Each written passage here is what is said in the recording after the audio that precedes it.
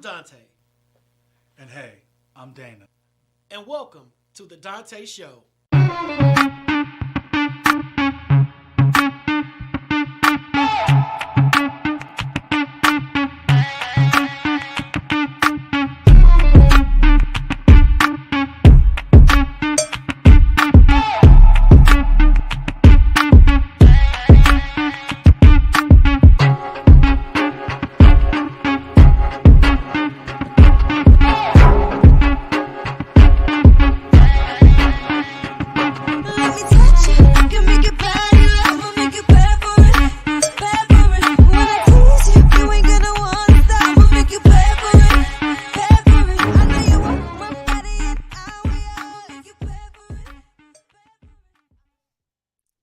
What's up, Village? It's your boy Kwame, the man with the plan behind the stands.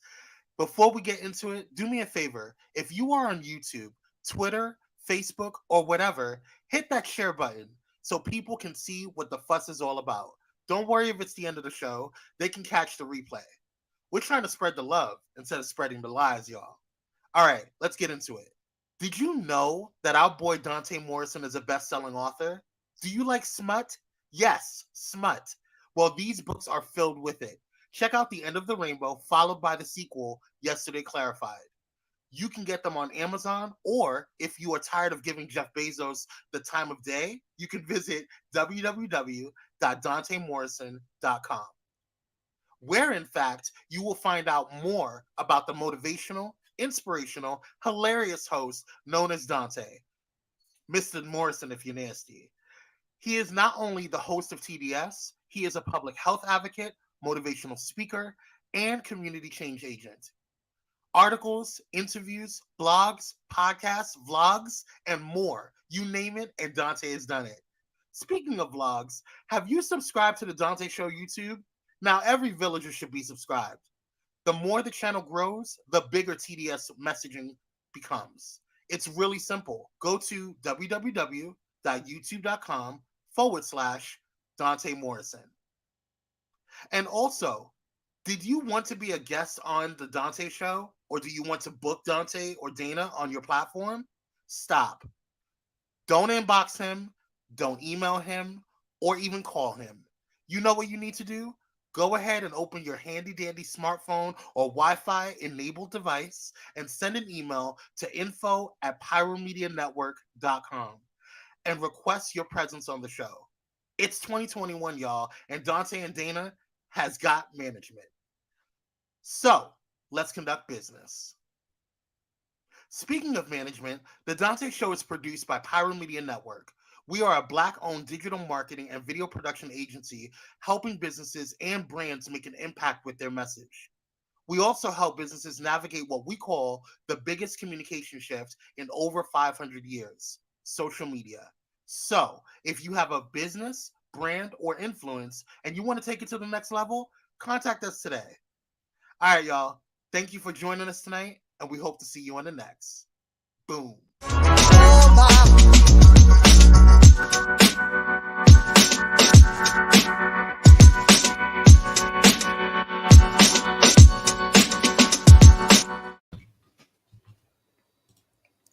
What up, Village? What up, Village? What up, Village? Happy Tuesday. Taco-less Tuesday for me and Dana. It's still Taco-less Tuesday, but we're going to make it pop on tonight. We're glad to have y'all. We're going to have a good conversation about sex, sexual health, HIV, STDs, relationships, all that kind of stuff, because we got somebody that is in the trenches all the way from Houston, Texas, going to join us on today. That's right. We got the man, the myth, the legend, Ian Haddock, my brother, my friend, who's going to be on here. And then, of course, we got my phenomenal sidekick. What it do, fam? Hey! Ladies, it's another night that you get to view all of this. You get to see this right here. You know what I'm saying? Oh, you get to see Dante too. But you know what I'm saying? Ladies, I'm going to allow y'all this one time. I'm going to say his name, and I want y'all to go in. Ladies and gentlemen, Dante Morrison. There it is. You got it. They scream. That's it. Hey, sit down. I finally got my screen. Sit down.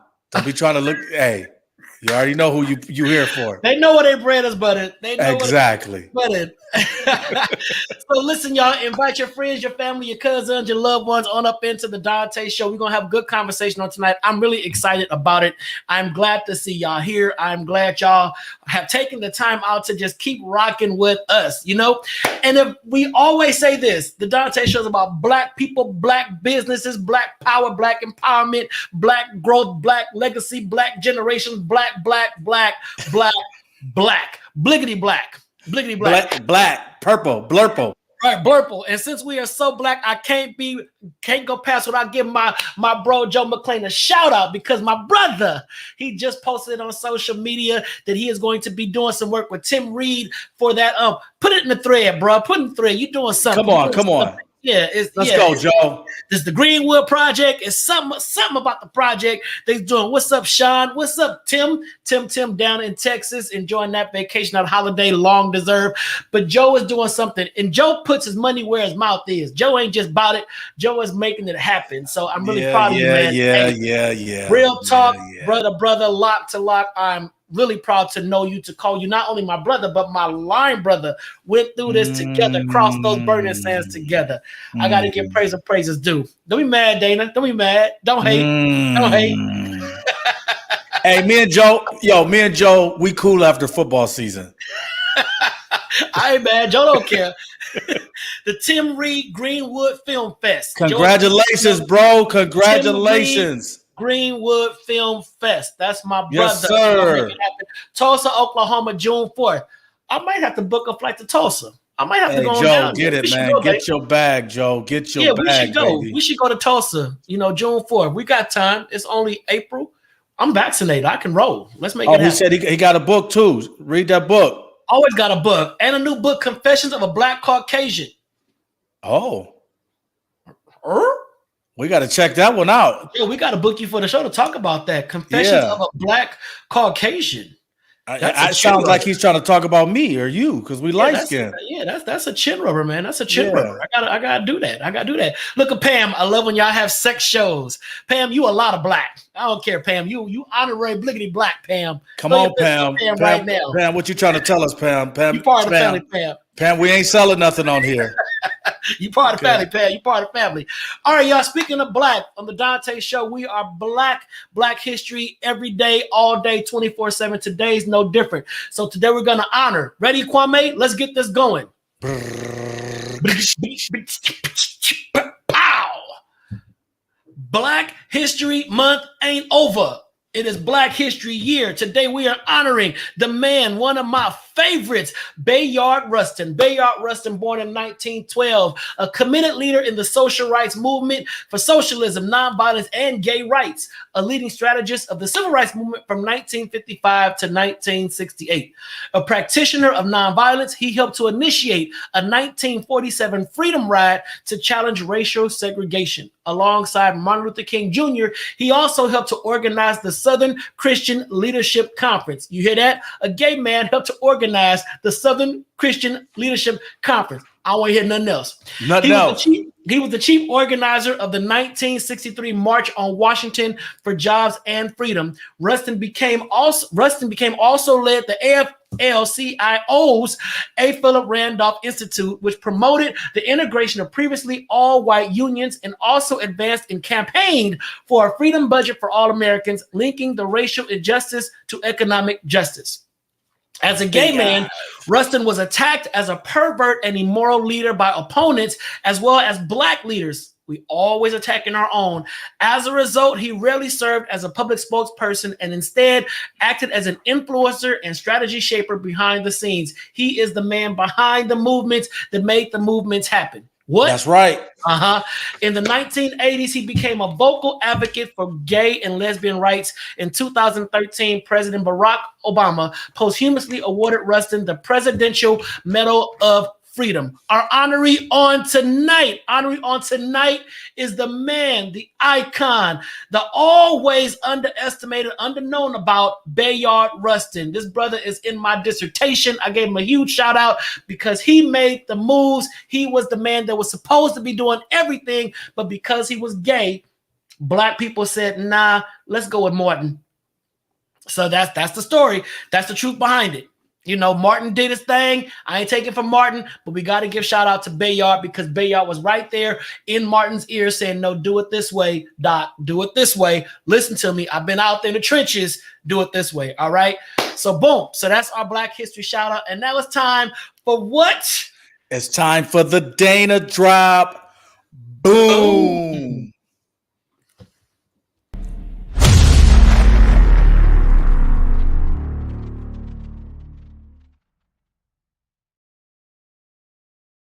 What's going on, beautiful people? I pray that everybody's in good health and good spirits during this time. Please do us a favor and travel over to youtube.com/Donta Morrison and click that subscribe button. We're trying to get our numbers up. Tell a friend, tell a cousin, tell a loved one. Let's go. Let's do this thing. Hey, today we're going to talk about loving yourself. It's going to be quick. It's going to be short. It's going to go to the point. Love yourself. Love yourself. When you love yourself, you are at peace with your flaws. You are conscious about your strengths and your weaknesses. So what others think about you will stop bothering you. I'm going to say that again. When you love yourself, you are at peace with your flaws. You are conscious about your strengths and your weaknesses. So what others think about you, it'll stop bothering you. Oh, you don't like me? Well, right here, I have a list of problems that you ain't on one of them. So, hey, it's all good.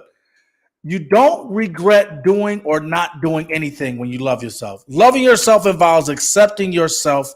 You trust yourself a lot more. You believe in your decisions without wasting time on regrets. Hey, you don't sit down and be like, hey, man, I should have did this. No, I did it my way, and I did it.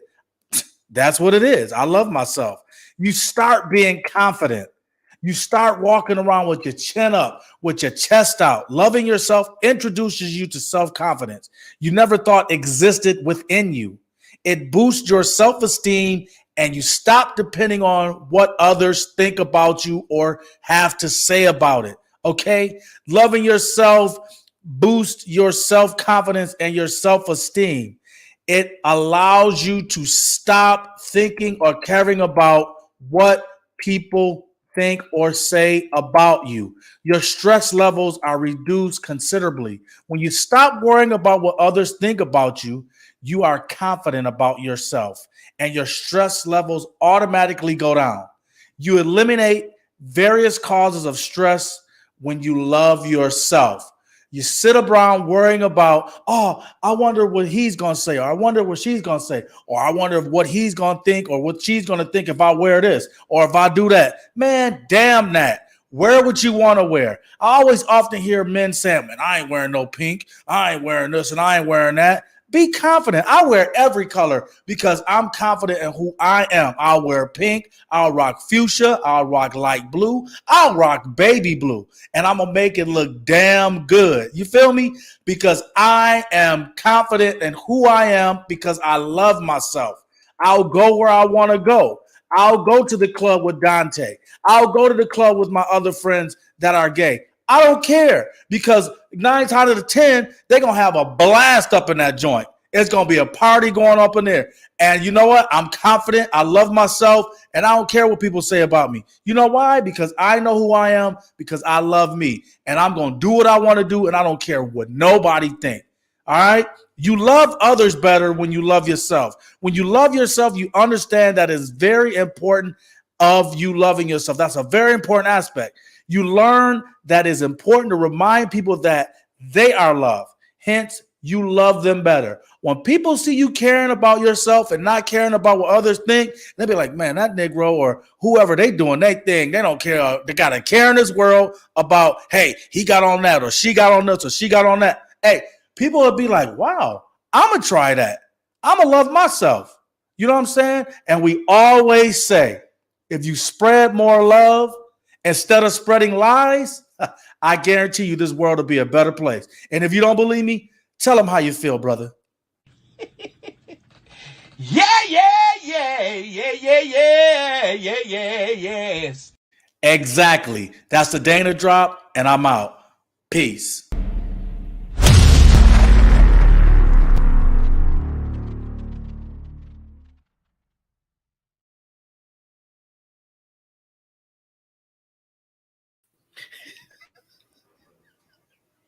When I say you and Kwame have that timed perfectly. Oh, we've been working on it on our off time. Perfectly. Perfect. And that was a solid drop, man. That was one of your best ones. Yeah. That was for real. That was one of your best ones. That is, it's so real. It's so real. And I mean, that's all I can say. It's so real. It's so real. You know, just don't wear black and yellow. I love Joe. My dog is consistent. Here he comes. He consistent.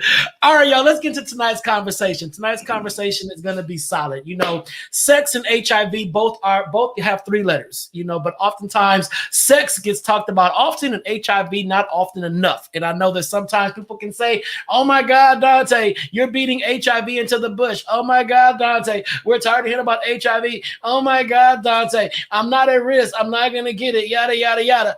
Then a month later, Dante, can you test me? Dante, I had a slip up. Dante, I tested positive. Dante, can you be there for me? Dante, I'm going to. All right, so listen, I know y'all probably don't want to hear about it. We're going to talk about it tonight, but we're going to talk about it in such a real way because the guest on tonight does not know how to hold back. And like I said, I love this dude. I met him for the first time, like I think 2 or 3 years ago, but I have been following him on social media for a long time. And when I met him, I was all geeked out like, oh my God, I'm with Ian Haddock. You might even realize that. I'm like, oh my God, this is dude. And we hit it off. I mean, we brothers. We are brothers. So listen, Village, without further ado, put your hands together, stand to your feet, make a thunderous round of applause for tonight's guest, the man, the myth, the legend, Ian Haddock.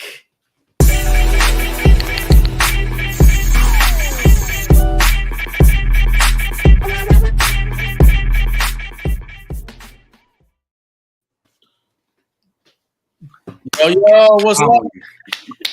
There you go. Good evening. Man, you are what time? Okay, what time is it there? It is 10:20. Okay, 10:20. So it's not 11 o'clock yet. I know folks be tripping like, oh my God, it's 11 o'clock. You still will be up. Quit it. Right, exactly. Cut it out. Watching the Golden Girls or something.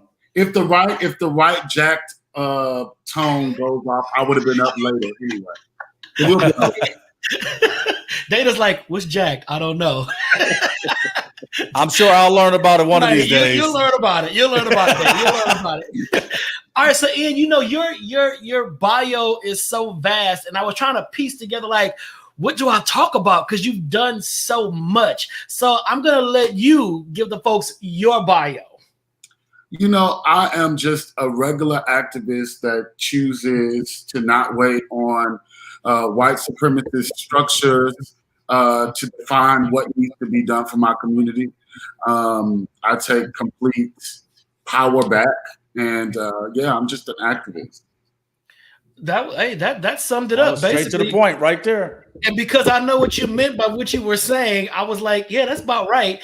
And basically, what Ian is saying that oftentimes in the field that we work in sexual health, usually the direction of things is guided by persons that do not really live with or visit the areas that they say need the most work, nor do they bring on people that understand the community needs to really run certain programs. Fortunately, I'm blessed to be in a position of change. Ian is in position of change, but there are a lot of areas where Blacks are just disenfranchised and are not privy to a lot of the information they need to make better sexual health decisions. And that all goes down to how the funding is distributed. So Ian is a changer, and Ian basically sees the need and like, yo, this needs to be done. Let's do it. We ain't got time to wait on a higher system or hierarchical powers to give us the green light. It's like, let's do what needs to be done. Right. So we got some talking points because I want to make sure that with all that we do, we still had this guided conversation. Kwame, I'm not sure if you wrote down the talking points or not. If you didn't, I'm sorry for not telling you to do so. I apologize. But let me see. I think I have them. So our first topic, you know, HIV is a social and racial justice issue. Sorry, Kwame. HIV is a social and racial justice issue. And I know that when we say HIV is a racial justice issue, a lot of people kind of sit up and like, well, how does HIV tie into racial justice issues? So, Ian, I will let you start unpacking that box first. So when you look at who HIV impacts, it's always people at the margin of race and sexuality, right? And so when you think about all of the other racial injustice issues like police brutality, like education and financial instability and things like that, it's more easily marketed. But really HIV, when you think about how it impacts Black people, it's about the fact that community viral load is a whole thing, right? Like we're not having riskier sex. We're not going around and, having more quote unquote condomless sex than any other population. What is happening is because of all of the other social determinants of equity, which is what I choose to use instead of health. But the social determinants of equity, when you look at the financial instability and you look at the fact that we don't have transportation and public transportation in the parts of our communities aren't good, when you look at the fact that healthcare facilities don't build where we are or we don't have insurance, right?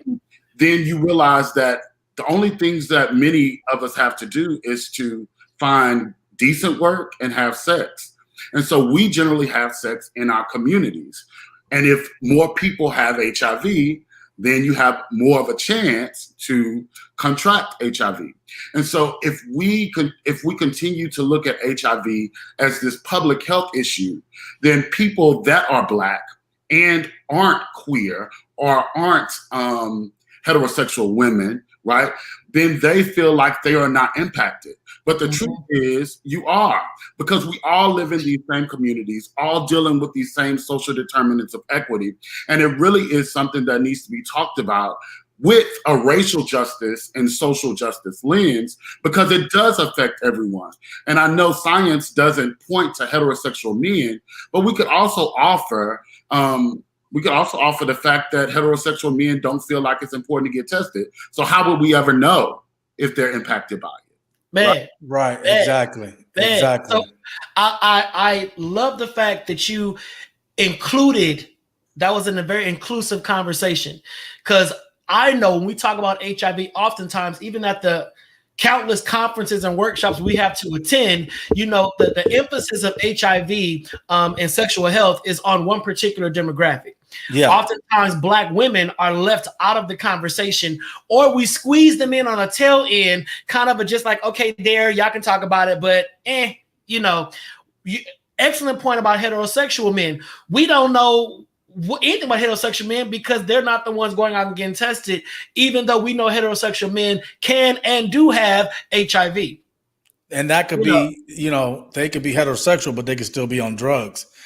Shooting up, needles and stuff like that. And that's even with women that have HIV. Right. Yeah. And pegging is a real thing, right? If we're honest, pegging is a real thing. Anal. I learned that a couple of weeks ago. Yeah. So usually I'd have been like this. But I kept a straight face because I know that one. I was looking at you there like, they got this one. They just with I got that one. And if a heterosexual man allows his woman to get close to his G-spot, the tongue feels good to them too. So there are many, many more opportunities, and I think society is also expanding. Right now we have a number one on the Billboard is talking about gay sex. Call Me By Your Name, Montero is talking about gay sex. So society is really changing in this moment. And so we're recognizing that sex is really a lot more fluid, and it always has been, but sex is a lot more fluid. And so we do have to be inclusive in this conversation around HIV, not just because of sex, but also because we can't leave this epidemic out, especially when we're thinking about the multiplicity of disparities, both health and otherwise, that we're dealing with because of things like COVID. COVID is really showing us that we can't leave race out of the conversation when we talk about health and healthcare.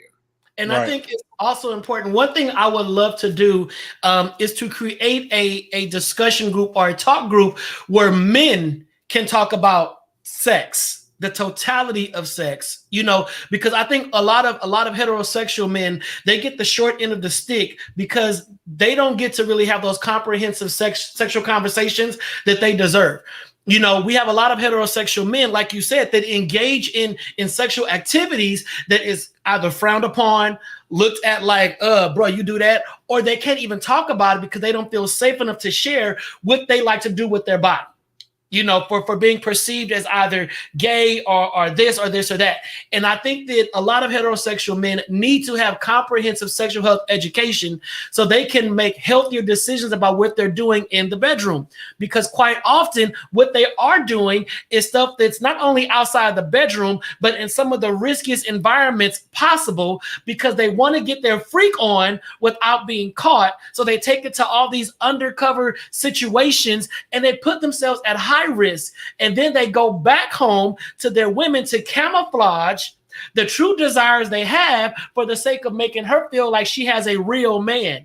Right. And I think until we're able to really unpack the totality, like you said, Ian, the totality of sex, sexual fluidity, expression, desire, behavior, what folks want to do in the bedroom, you know, we're not gonna reach those platforms we need to reach when it comes to just providing health education. And the thing about it is, who cares what you do in your bedroom? That's what it really boils down to. You'd be amazed. Right. It's like whatever you do in your bedroom in the privacy of your own home is what you do.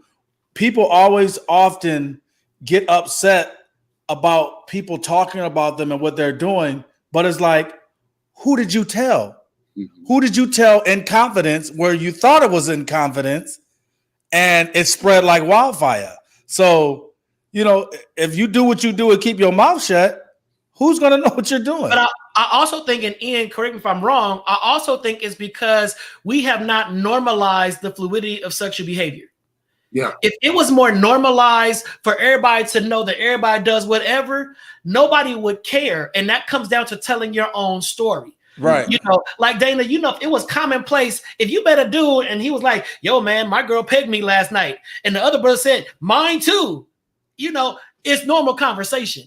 But because we have so much stuff that we don't talk about, you know, when that one thing does dip into the room, it fuels the gossip. Yeah. You know, and I think that's what we got to change. We got to normalize behaviors. And I want to get this comment that Portia D's left. Portia said, being gay while on meth only is a thing too, or while under the influence. Basically, what Portia is saying, you know, brothers will blame it on the alcohol.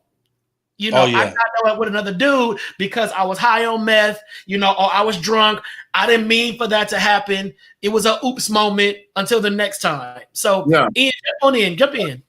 But I have to, you know, thank you, Portia, for that comment because what can I say on here? Let me start with that. Just go ahead, Ian. We had our save show last night. Yeah, we had our save show last night. So meth dick and coke dick is a thing, right? Say it again slower for folks in the back. Meth dick and coke dick is a thing, right? So doing those drugs definitely impairs your ability to sometimes get hard, right? And so, yes, people bottom when they do drugs, but I also want to make sure that in doing this work that we don't equate gay sex, right? Or people that have gay sex with drug use or substance use. Because I see many times when we're talking about people having stigma and shame around their sex, then we automatically start to put all of these generalizations, if you would, around what looks like for gay sex. Many people are just having gay sex because they want to have gay sex. And when we talk about the drug use is not, I'm doing a drug, so now I have to bottom. It's, I want to bottom, so I will do a drug, right? And so the sex, and so the sex is not, the sex does not happen because I did the drug. I wanted to have the sex, and so I did a drug to make me feel better. The confidence, did that boost their confidence or whatever? Well, it reframes it, right? Because if I have something else, if I can blame it on something, then I can feel more comfortable. And I think that is really the biggest point when we talk about gay sex, because so many times gay sex is equated to, drug use and down low and uncomfortability and stigma and shame. And there are a lot of things a part of that and a lot of conversations that we need to have around that. But I also want to make sure that we always don't equate the stigma and shame of gay sex with the reason why people do drugs. No, they just want to do it in the butt. Right. And then I think that accountability plays a part too. It's really about just own your stuff. I think what Dana said in the Dana drop was really important about love yourself. Just love yourself enough to be yourself, regardless of how others are going to perceive you or judge you. We all have one life to live, and we're living it right now. We're all on stage at this moment. There's no such thing as a dress rehearsal for life. Right. And Cho just said, Chris Brooks Ortiz just said, also, don't forget that heterosexual men and women also have anal sex.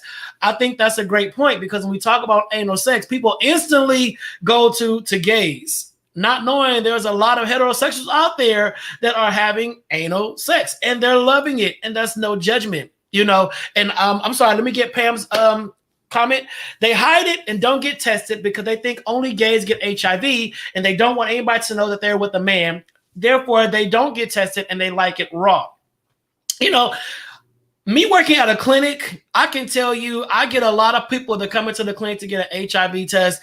And when you are in those counseling rooms, of course, you're hearing a lot of confidential stuff. But to see a person leave the counseling room and go back out and their partner is sitting right there, knowing you can't tell the partner nothing that you've just heard, it goes to the importance of communication in relationships. And we talked about that last night on the show. A lot of people have sexual proclivities that they have not shared with their main partner, because they don't know how to have the conversation about the nuances of their sexual desire. And Ian, how did you finally get to the place where you just threw caution to the wind and said, yo, this is me. Yeah. And this is what I'm going to do. Yeah, I think it started when I realized most people like natural sex. Most people like condomless sex. But my journey really was like through sex work. So I didn't come into this particular work, activism, from a space of like academia. I came because I was I was a number. I was a number. I was somebody that they were studying. How is this person having all these sex partners? How is this person doing this type of work for work, and consistently coming here? And for the one that we think they're going to test positive for, HIV, they keep testing non-reactive. They keep coming up negative. And so, they did what white supremacy, non-profit industrial complexes do. They hired me as a frontline worker to talk to the community. Right. And so I started, doing some part-time community health work, just to kind of like outreach to the same demographic. And over time, I just realized that there was so much not being said and so much not being done. I remember this one particular time, just really quickly, I was testing this guy that had moved in with me, not a partner, but kind of like a mentee before I could call people mentees, because I was still growing up. And he moved in because he was homeless. He didn't have any place to stay. And I remember wanting to get him tested, and I hadn't been trained on testing people. And so they went and tested him, and I remember them coming out like clapping. And I'm thinking like, great, like, everything is good, everything is great. But he ended up telling me he tested positive. And so I went back the next day and I'm just like, is this like Best Buy where we— Right, well, yeah, Cold Stone, what's going on? Yeah. But what the thing is, like, we found another person. And so over time I started recognizing that we were really just another number. And they were waiting for more of us to seroconvert simply because it kept them funded, not to impact the community, not to change or end the epidemic of HIV. And so the more I got comfortable with the fact that I was just a number, the more depressed I felt in doing work. And so I really started to show my authentic self, because I realized that is really what's going to save people. Me saying who I am and what I do and how I move. I've been doing this work for 10 years, and, it's astonishing the fact that when I say I haven't used a condom in 3 or 4 years, how people look at me crazy. And it's just like, well, first of all, if you work in community health, you probably don't either. And the community isn't either. Did you get closer to the screen? Yeah. Did you lean in? Let's call a thing. Now, let's just be honest. Okay, go ahead.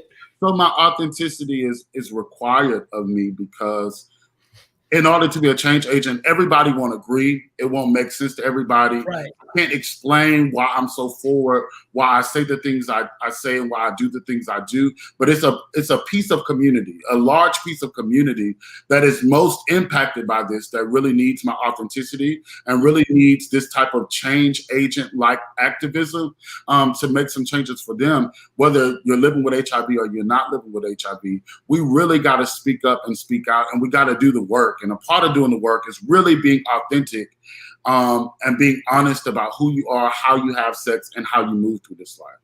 And that's real. I remember our first show we did together. Literally, I was all condom. And Ian was like, I don't use them.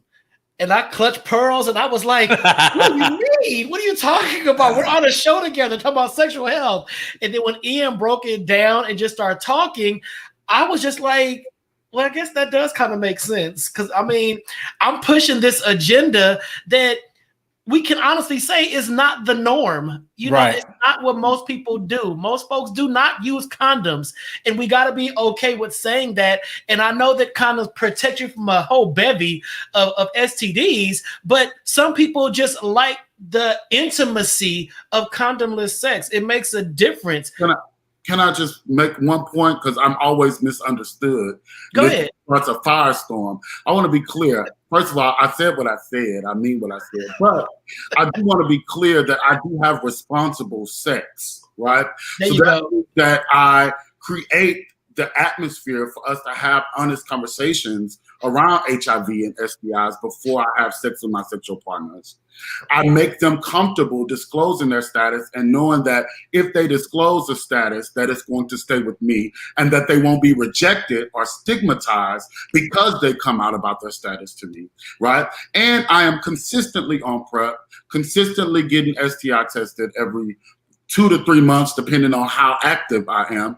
And so I do have responsible sex. And the reason why I talk about condomless sex so freely is because we have to we can't continue to put the weight, the burden, right, on people living with HIV to disclose their status. Now, it is a issue that I have with especially the Black and brown community that want us to feel comfortable with having all of these disclosure laws when we're fighting against police brutality. That's one thing, but that's neither here nor there. But the point is, when we talk about disclosure, are you making the environment comfortable for people to disclose? And are you being responsible with the sex that you're having such that that's not your problem? Right. Really, the conversation going back to them using drugs because they want to have gay sex, the reality is you want them to disclose because you want to have condomless sex. So you need to examine why you want to have condomless sex and then start talking about how you can get people comfortable to disclose. Right. And dropping nuggets on the people, sex positivity all day. Hey, look, we're going to take a quick 30-second commercial break to sip on some water, refresh, dust our face, and all that kind of stuff. We'll be right back with part 2 with the phenomenal Ian Haddock.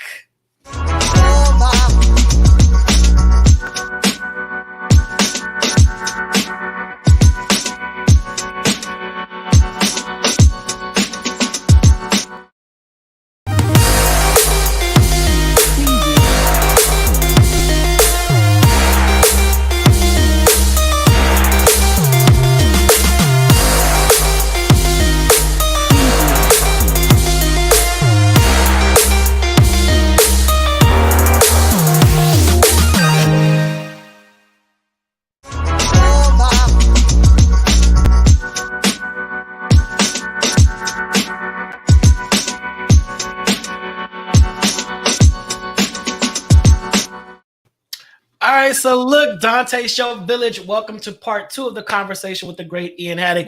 This is your first time watching, please make sure to subscribe to the Donta Show on YouTube. Just go to youtube.com/Donta Morrison, click that subscribe button and become part of the village. You'll be notified every single time we go live and have a chance to watch all of our past archive episodes. So with Ian, we are actually talking about, it kind of segued into condomless sex, which I think is a great conversation because people are shamed for admitting that they don't like using condoms. But Ian, I love how you framed it to talk about just sex positivity and being in control of the environment that you're creating for yourself. I think people need to hear that because you're right. We do beat folks over the head.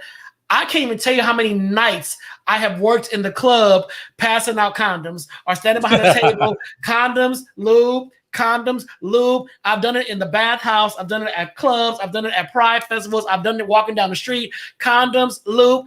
People just want to do what they do, and we shouldn't judge them. But that communication piece is so important.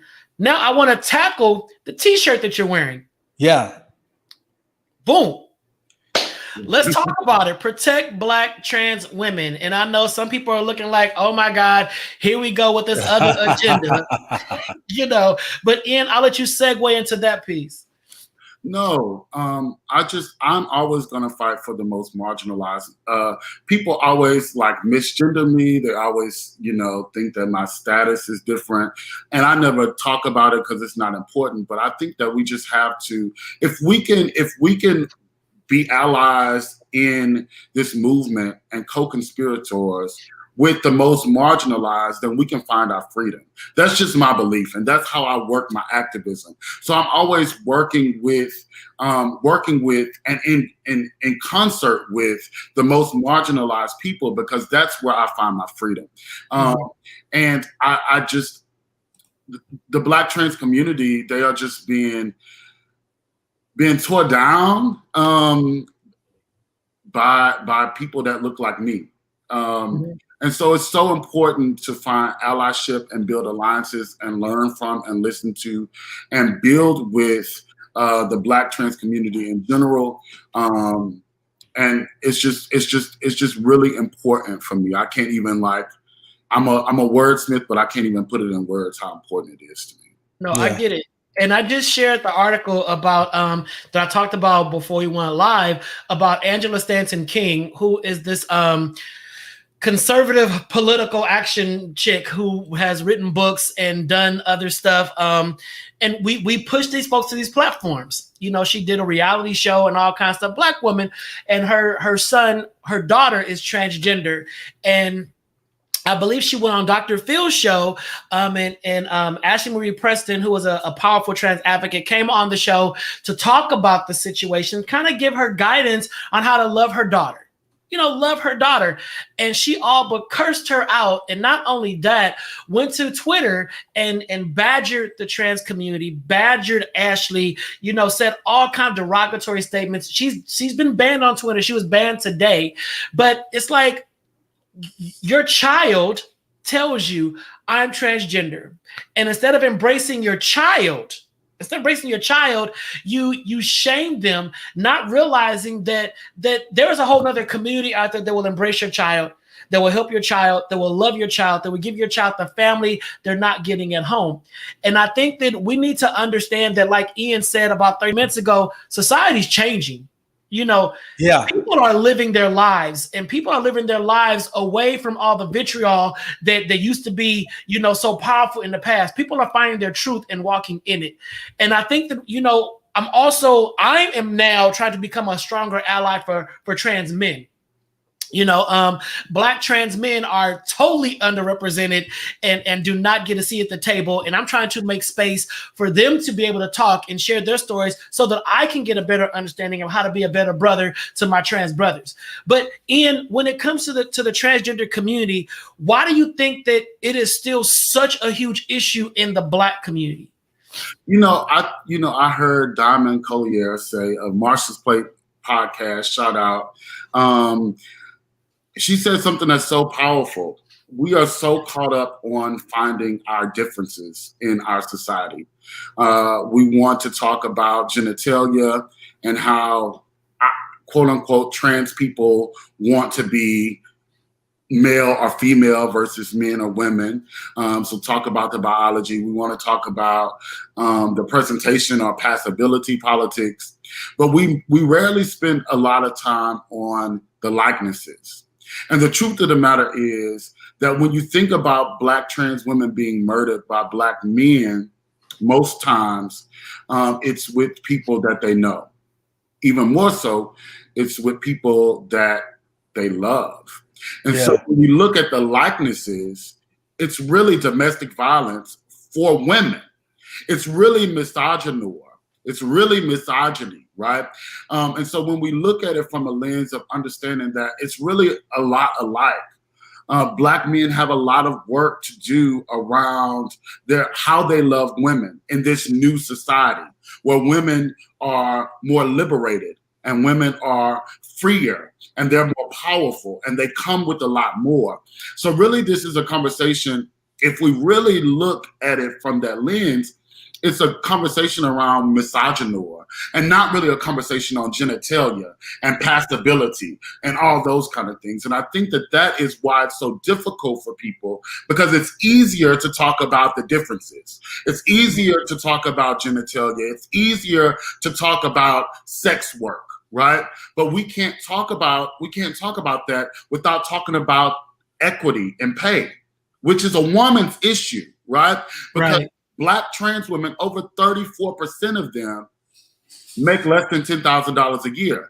That's a pay equity issue that we're fighting for Black women. That's the likenesses, but it's very difficult for society to wrap their minds around it. But I think that's where we got to start moving if we really want to push this thing forward as it relates to alliances and allyship with especially trans women. But also, I think there's a conversation to be had about, trans men, because we do leave them out. Right. And if we're being honest, many times, at least in my world, we leave them out because we don't find money there. And we need to do better with that. We do, definitely. But do you see a difference in trans men's equity and trans women's equity because of the do you see a difference in that? So I think that yes. The answer is I have. Personally, I don't have the science behind that, but I have personally seen it. It can be easier to pass sometimes as a trans man, and so they're accepted. They live they more easily live a stealth life, so they live like the man that they are.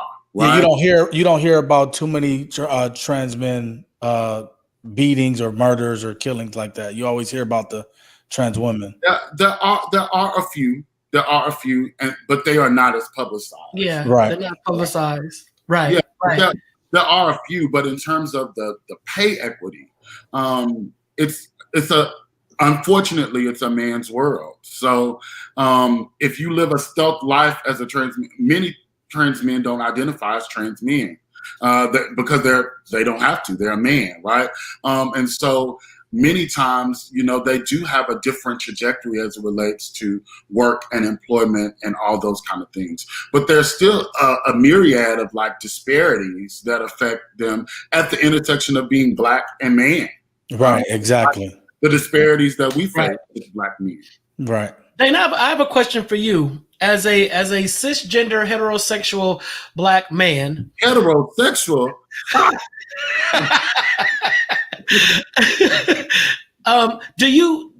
Would you have problems? I know you wouldn't per se, but your circle of male friends, if you brought these subjects to the table and say, hey guys, I want to talk about HIV, I want to talk about pegging, I want to talk about protecting Black trans lives, Black trans women specifically, how do you think you'd be received?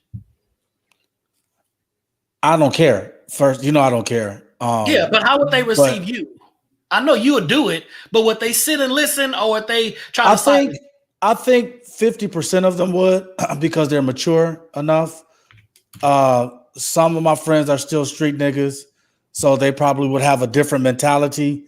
Mm-hmm. But for the most part, I think maybe 50% of my friends would listen, and probably would join the allyship if I'm saying it right. Yeah. Because one thing, and I hate bullying of all forms. I just hate it. Everybody's human. So if someone is living their truth, we're not the ones to judge. We're not the ones to bully them. We're not the ones to say, hey, sissy, or hey, you ain't no real dude. Or we don't have that power. But some people walk around like they have that power. And then when you say, okay, well, you ain't a real father. You a deadbeat dad. You know what I'm saying? Or you a deadbeat mama, or you a hoe. You know, the tables turn. The tables turn. Right. But see, people don't think like that. They think, well, I'm just gonna badger you. But when you pull me on my cards, it's like, oh man, now I want to fight. You know what I'm saying? So it's the same. It goes both ways. Right. Because I'm just interested because I know we use the word allies so loosely. And we need allies. But oftentimes we find that our allies are already in our circles, and we need to get people that are not even familiar with these kind of conversations to understand the importance of it.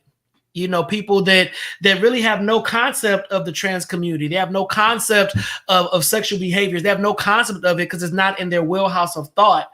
But we need to pull them to the table to normalize these kind of conversations. And I think until we're able to do that, we're constantly going to be just three dudes that are already familiar with the verbiage talking, and then being cheered on by a thread that understands the verbiage. But we need to get those people who are way on the outside to say, yo, Dana, I had no idea you even knew about this kind of stuff. You're like, yeah, man, Black trans women are being killed. Yeah. But they ain't women. No, bro, they are women. But that's a person. And at the end of the day, is a person. And I think if people educate themselves on a array of things, it'll be easier to accept stuff if you just educate yourself on things. Just like, I can catch AIDS from this, that, or if you touch. That's so immature. I mean, stuff like that is like if you educate. 1980s. Huh? I mean, saying AIDS is so 1980s. I'm right. I'm just saying it's just like if you educate yourself on stuff, it'll be easier for you to accept it and be like, yeah, I already know because I read a book or I went to a seminar or I read about that online or I studied. If you educate, I think education. And being educated on certain things makes it easier for you to accept versus just trying to knock it right off, from the get-go. I really appreciate you, Dana. I really appreciate you just because I laughed when he said heterosexual, not because I don't believe he's heterosexual, but because many times when we have this conversation with heterosexual, especially heterosexual men, it's always so contentious. And I'm just like, I don't understand why as a person, we just can't accept people being people. Right. We are so affected by someone living how they want to live, moving how they want to move. Now, I would love for us to, talk about have a conversation on how it is still heterosexual for a cis heterosexual male to be attracted to a trans woman, right? I would love for our society to be at that place, but we're not even at the place where we can just accept that they are human, right? And that everybody should be able to live how they want to live as long as they are not hurting another individual. And it's so funny that you said that because sometimes, especially nowadays, you don't know unless somebody tell you. And then, you'll see somebody on TV not knowing that they're a trans woman and you be like, yeah. And then that guy that finds out, oh, hell no, man. It's too late, dog. You already done committed. Right. You already done committed, dog. Right, you committed. Right. So. You already got a phone. Right. You already got a phone. You already fell in love, dog. You already fell in love. Right. Just go with the flow. It's going to be good.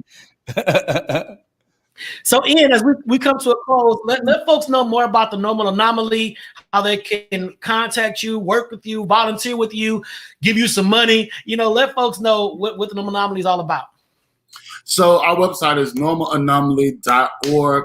The Normal Anomaly is an organization focused on the forward mobility of Black queer plus persons. We do that through programming, employment services, things around public health advocacy, capacity building, and technical assistance, you can contact us at www.normalanomaly.org, or you can follow me on social media, Haddock on everything, or The Normal Anomaly on all social media. Thank you so much, Donta, for inviting me. It's been a pleasure as always. Thank you for coming, sir. No doubt. We got to do a part 2, man. I really want to keep digging into that condomless sex conversation and normalize that discussion so folks ain't scared to say, I don't use condoms, but let me tell you why. You know, I want to keep talking about that. So we'll get you back on, Ian. We'll get you back on. Absolutely. I'll be happy to be here. Most definitely.